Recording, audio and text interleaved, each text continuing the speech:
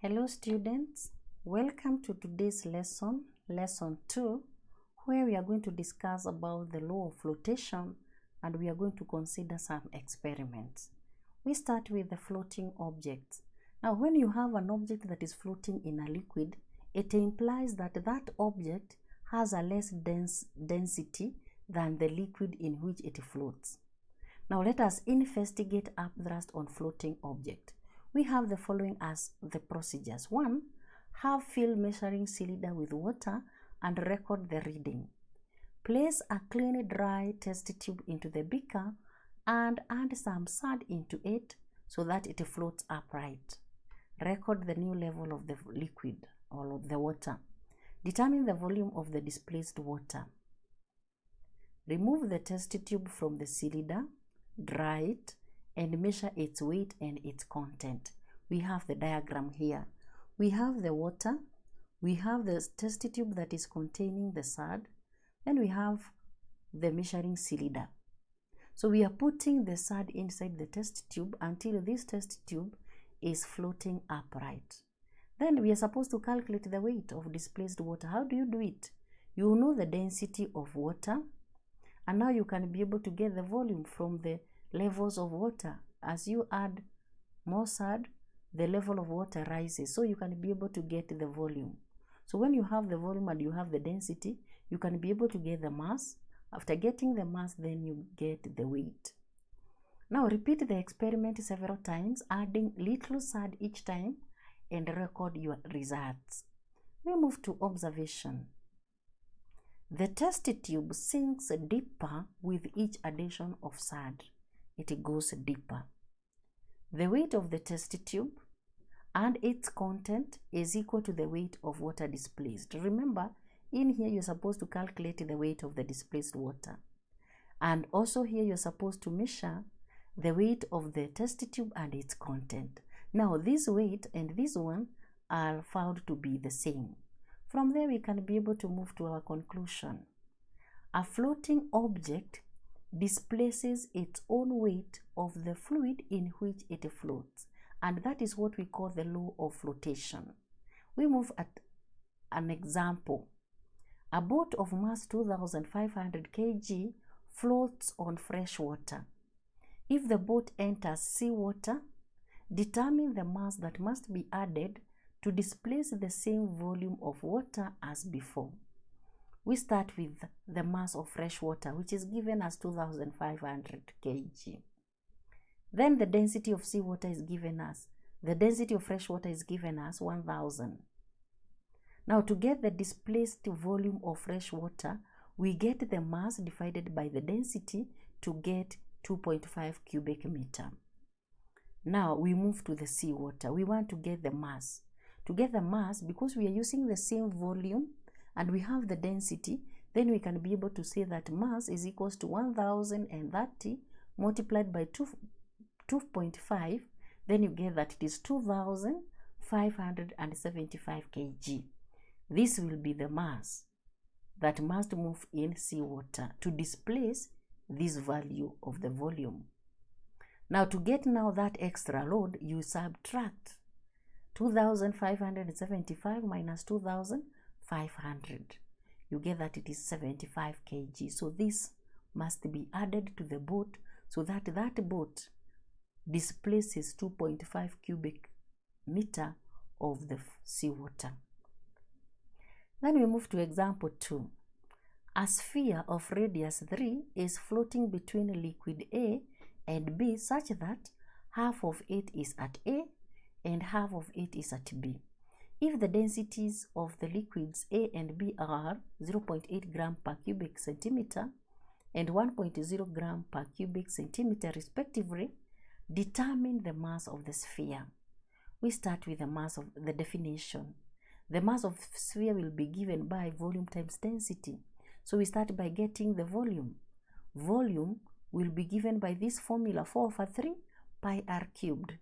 We substitute our values. We have 4/3 multiplied by the pi, which is 3.142, then multiplied by 3, which is our radius, cubed.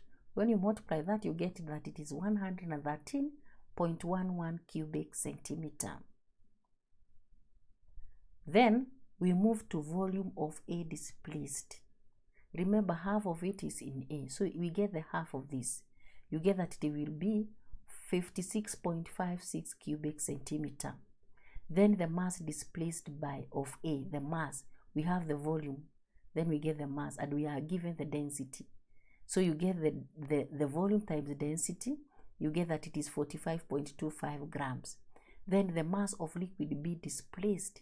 Again, you use the same volume because it is half-half, then multiplied by the density. You get that it is 56.56 grams. Now, to get the mass of the sphere, you get the total mass of the volume displaced.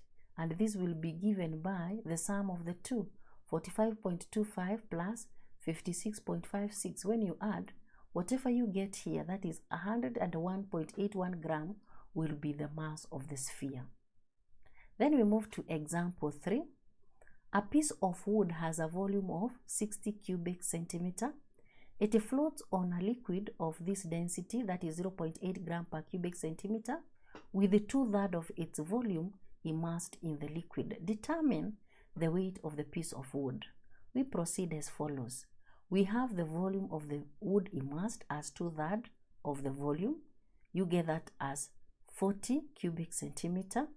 And this is now the volume of the liquid displaced. Now, the mass of the liquid displaced will be this volume multiplied by the density, which is 0.8 gram per cubic centimeter multiplied by 40. When you get that it is 32 grams. Now, the weight of liquid displaced will be mass times G. Our mass must be in kg, so that's how we are dividing by 1000. Then you multiply by 10, which is our gravitational constant. You get that it is 0.32 Newton. This is the weight of liquid displaced, and this will be the same as the weight of the piece of wood.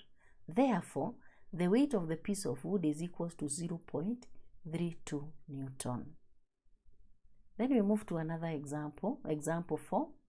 A wooden block of dimensions 3 by 3 by 4 floats vertically in mentholated spirit with 4 centimeters of its length in spirit.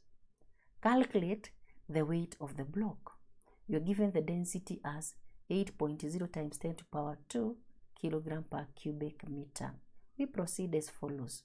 We have the volume of the spirit displaced is given by the volume of the block. Remember, this one is a wooden block of this dimension floats vertically with 4 of the centimeter in spirit. So you have 3 by 3, then multiplied by 4.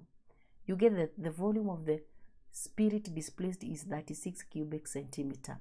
That one, when you convert it into meters, you get 3.6 times 10 to the power negative 5 cubic meters. Remember, we should work with SI unit. Now, the weight of the block will be V times rho times G. And when you multiply all that, this is our volume, our density, multiplied by 10. You get that the weight of the block will be 0.288 Newton. Example 5. A cylindrical wooden block of cross-sectional area 4 centimeters squared and height 10 centimeter floats in water at a depth of 5 centimeter. Given that the density of water is 1000 kilogram per cubic meter, determine the mass of the block. We proceed as follows. We have the block floats in water, therefore upthrust is equal to the weight of the block. So upthrust is V rho G, where V is the volume. So you put your values. You have the volume will be given by the cross-sectional area multiplied by height, and then you divide by the million so that you can make it meters cubed. Remember, we want to work with SI unit. So we are dividing with this 1 million so that we can convert this volume to cubic meter. And then you multiply by your density is given, and then we have our G, 10 Newton per kg. When you put all those values, or when you key in your calculators, you find that the value of upthrust will be 0.2 Newton. But remember, we are supposed to determine the mass. So after getting the weight, then we can see that the mass of the block is equals to weight divided by G. So our weight is 0.2 Newton divided by G, which is 10 Newton per kg.